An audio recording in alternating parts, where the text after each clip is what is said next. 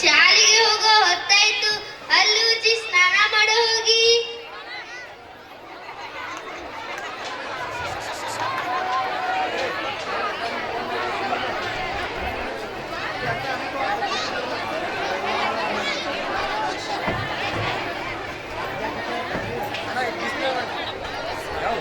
ಅಜ್ಜಿ ನೋಡು, ಫೋನ್ ಕೊಡುತ್ತಿಲ್ಲ. ಶಾಲೆಗೆ ಹೋಗೋ ಹೊತ್ತಾಯ್ತು. ನಾವೆಲ್ಲ ಚಿಕ್ಕವರಿದ್ದಾಗ ಬೇಗ ಎದ್ದು ಪೂಜೆ ಮಾಡಿ ರೇಡಿಯೋ ಕೇಳುತ್ತಿದ್ದೆವು. ನಾವೆಲ್ಲ ಫೋನ್ ಇರದೆ ಇದ್ದೀವಲ್ಲ.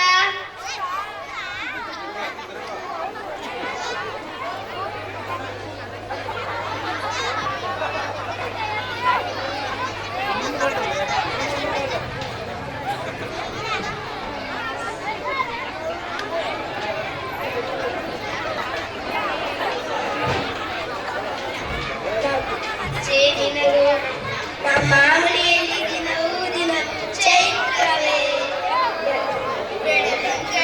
ಪ್ರೀತಿ ಸಡಗರ ಸಾಧ್ಯವೇ ಜೇನಿನ ಸವಿಗೂಡಿದು ಸ್ಕೂಲ್ಗೆ ಲೇಟ್ ಆಯ್ತು, ಬೇಗ ಹೊರಡಿ. ಬನ್ನಿ ಮಕ್ಕಳೇ ಸ್ಕೂಲಿಗೆ ಹೊರಡೋಣ.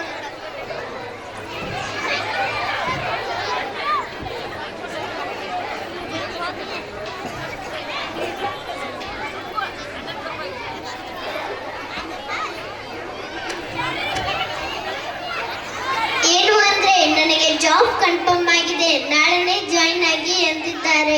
ಒಳ್ಳೆಯ ವಿಷಯ ಭವ್ಯ. ಆದ್ರೆ ಅಪ್ಪ ಅಮ್ಮನನ್ನು ಯಾರು ನೋಡಿಕೊಳ್ಳುವುದು?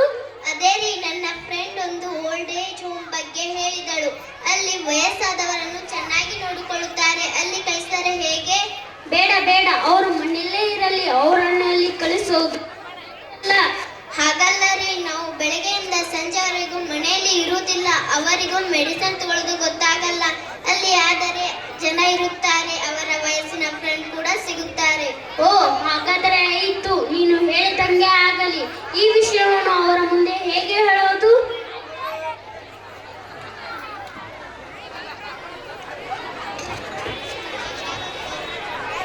ಅಪ್ಪ ಅಮ್ಮ ನಿಮ್ಮ ಜೊತೆ ಸ್ವಲ್ಪ ಮಾತನಾಡೋದಿದೆ.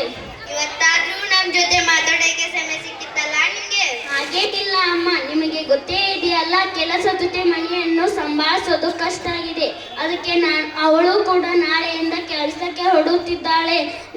ನಾನು ಒಂದು ನಿರ್ಧಾರ ಮಾಡಿದ್ದೇನೆ. ಅದೇನು ಮಗ? ನಾಳೆಯಿಂದ ಸ್ವಲ್ಪ ಸಮಯ ನಮ್ಮಿಂದ ದೂರ ಇರ್ತೀರಾ? ದೂರ ಅಂದ್ರೆ ಇಲ್ಲೇ ಸ್ವಲ್ಪ ದೂರದಲ್ಲಿ ವೃದ್ಧಾಶ್ರಮ ಇದೆ, ಅಲ್ಲಿ. ಏನು ಹೇಳಿದೆ ಮಗ? ನಾವು ನಿಮ್ಗೆ ಬೇಡದ್ವಾ? ಹಾಗಲ್ಲಪ್ಪ, ನಾನಲ್ಲಿ ಹಾಗೆ ಹೇಳಿದೆ, ಸ್ವಲ್ಪ ಸಮಯ ಅಷ್ಟೇ. ಊರಲ್ಲಿ ಎಷ್ಟೇ ಕಷ್ಟ ಆದ್ರೂ ರೊಟ್ಟಿ ಗಂಜಿ ತಿನ್ಕೊಂಡಿರ್ತಾರೆ. ನಿಮ್ಮಿಂದ ಹೇಗೆ ದೂರ ಇರೋಣ ಹೇಳು? ಹೌದು ಮಗ, ನಾವು ಇಲ್ಲೇ ಆರಾಮವಾಗಿ ಇದೆಯವಲ್ಲ, ನಮ್ಮಿಂದ ಏನಾಗಬೇಕಿತ್ತು? ಇದು ನನ್ನ ನಿರ್ಧಾರ, ನಿಮ್ಮ ಒಳ್ಳೆಯದಕ್ಕೆ ಹೇಳಿದ್ರು. ಸಂಜೆ ರೆಡಿಯಾಗಿ ಕರೆದುಕೊಂಡು ಹೋಗುತ್ತೇನೆ. ನೋಡ್ರಿ, ನಮ್ಮ ಮಗ ಎಷ್ಟು ದೊಡ್ಡವನಾಗ್ಬಿಟ್ಟ. ಜನ್ಮ ಕೊಟ್ಟ ತಂದೆ ತಾಯಿ ದೂರ ಆಗೋ ಮಾತು. ನಾನು ಅವನಿಂದ ಇದನ್ನು ನಿರೀಕ್ಷಿಸಲಿಲ್ಲ. ಯಾರು ಏನು ಮಾಡಕ್ಕೆ ಆಗುತ್ತೆ ಹೇಳು? ಎಲ್ಲ ಅವರವರ ಬಂದಿದ್ದು. ಎಲ್ಲ ದೇವರ ಅವರ ಮನೆಯಲ್ಲಿ ಏನೇನು ಬರುತ್ತಂತೆ ಯಾರಿಗೂ ಸುಮ್ಮನೆ ಹತ್ತು ಆರೋಗ್ಯ ಹಾಳು ಮಾಡಿಕೊಳ್ಳಬೇಕು. ಆರೋಗ್ಯ ಕಾಪಾಡಿಕೊಂಡು ಏನ್ ಮಾಡೋದ್ರಿ? ಯಾರಿಗೋಸ್ಕರ ಬದುಕಿದ್ದೇವೆ ಅವರೇ ನೋಡ್ಬೇಡ ಅಂತ ಮೇಲೆ ನಾವು ಬದುಕಿದ್ದು ಹಾಗೆ. ಬಾ, ಇಲ್ಲಿಂದ ನಾವು ಹೋಗೋಣ. ತಡ ಆದರೆ ಮಕ್ಕಳು ಬರುತ್ತಾರೆ. ಮಕ್ಕಳ ಮುಖ ನೋಡಿದರೆ ಕಾಲು ಮುಂದಕ್ಕೆ ಹೋಗೋಣ. ಅಪ್ಪ ಅಮ್ಮ ಬೇಗ ಬನ್ನಿ, ನಿಮಗೆ ಇಲ್ಲಿ ಯಾವುದೇ ತೊಂದರೆ ಇಲ್ಲ. ನಿಮ್ಮ 6 ತಿಂಗಳು ಫೀ ಭರಿಸಿದ್ದೇನೆ. ನಿಮಗೆ ಏನಾದರೂ ತೊಂದರೆ ಆದರೆ ಕಾಲ್ ಮಾಡಿ. ಇವರೆಲ್ಲ ಜೊತೆ ನಾವು ಹೇಗೆ?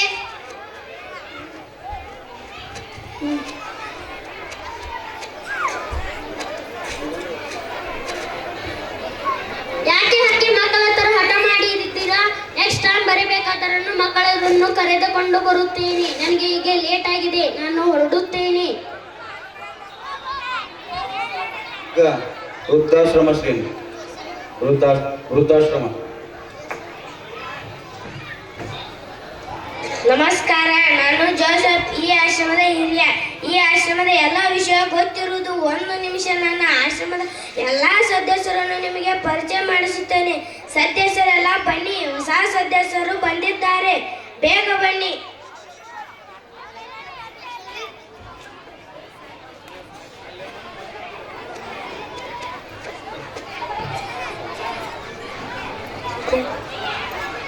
ಏನು ಶಾರದಮ್ಮ, ಮಗು ಫೋನ್ ಬೇಗ ಇಟ್ಟ?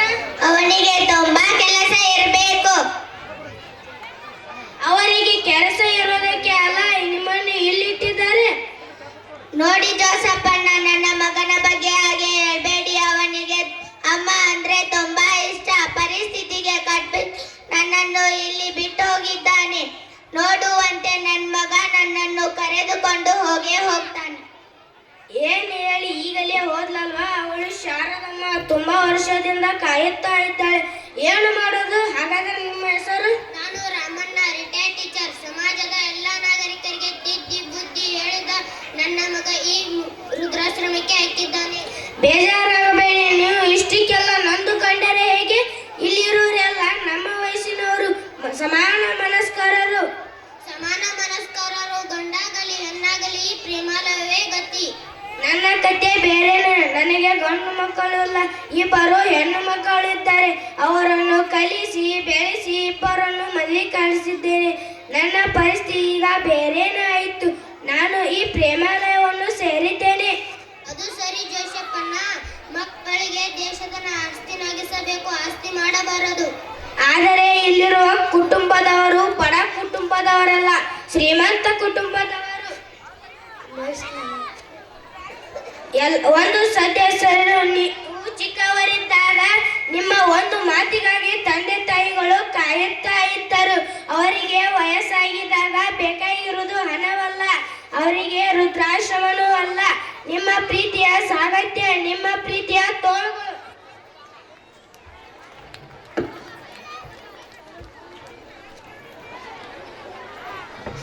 ಇವತ್ತು ಅಜ್ಜ ಅಜ್ಜಿ ಬರಲೇ ಇಲ್ಲ. ಇವತ್ತು ಬರುತ್ತಾರೆ ಎಂದು ಹೇಳಿದ್ದರು. ಮಕ್ಕಳೇ, ಇವತ್ತು ಅಜ್ಜ ಅಜ್ಜಿ ಬರುತ್ತಾರೆ ಎಂದು ಹೇಳಿದರಲ್ಲ, ಆದರೆ ಕಾಣುತ್ತಿಲ್ಲ. ನಾವು ಸ್ಕೂಲಿಂದ ಎಷ್ಟೇ ಬೇಗ ಬಂದ್ರೆ ಇಲ್ಲಿ ಅಜ್ಜ ಅಜ್ಜಿ ಇಲ್ಲ. ಇವತ್ತು ಬರ್ತಾರೆ ಎಂದು ಹೇಳಿದ್ದರು. ಈಗಿನ ಕಾಲದಲ್ಲಿ ಇದು ಅವಶ್ಯಕ. ಅವರು ನಮ್ಮ ಜೊತೆ ಆಟ ಆಡುತ್ತಿದ್ದರು, ಸಮಯ ಕೂಡ ಕಳೆಯುತ್ತಿದ್ದರು. ಆದರೆ ನೀವು ಯಾವಾಗಲೂ ಕೆಲಸ ಅಂತ. ಅವರು ತುಂಬಾ ಖುಷಿಯಾಗಿದ್ದಾರೆ. ಅವರಿಗೆ ತುಂಬಾ ಫ್ರೆಂಡ್ಸ್ ಇದ್ದಾರೆ, ಖುಷಿಯಾಗಿದ್ದಾರೆ. ಅವರು ತುಂಬಾ ತುಂಬಾ ಖುಷಿಯಾಗಿದ್ದಾರೆ. ನಾವು ಓದಿ ಏನಾಗಬೇಕು? ದೊಡ್ಡ ಕೆಲಸ ತಗೋಬೇಕು. ನಾವು ದೊಡ್ಡ ಕೆಲಸ ತೆಗೆದುಕೊಂಡು ನಿಮ್ಮನ್ನು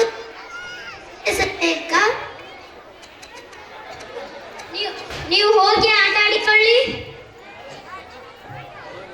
ಯಾಕೋ ನಾವು ತಪ್ಪಾಗಿ ನಿರ್ಧಾರ ತೆಗೆದುಕೊಂಡು ಅನಿಸುತ್ತೆ. ಹೌದು ರೀ, ಮಕ್ಕಳು ಅಜ್ಜ ಅಜ್ಜಿನ ತುಂಬಾ ಹಚ್ಚಿಕೊಂಡಿದ್ದಾರೆ, ನಮ್ಮ ಬಗ್ಗೆ ತಪ್ಪಾಗಿ ತಿಳಿದಿದ್ದಾರೆ. ಮಕ್ಕಳ ಮೇಲೆ ತಪ್ಪಾಗಿ ಪರಿಣಾಮ ಬೀರುತ್ತದೆ. ಈಗಲೇ ಹೋಗಿ ಅಜ್ಜ ಅಜ್ಜಿನನ್ನು ಕರೆದುಕೊಂಡು ಬರೋಣ. ಬನ್ನಿ.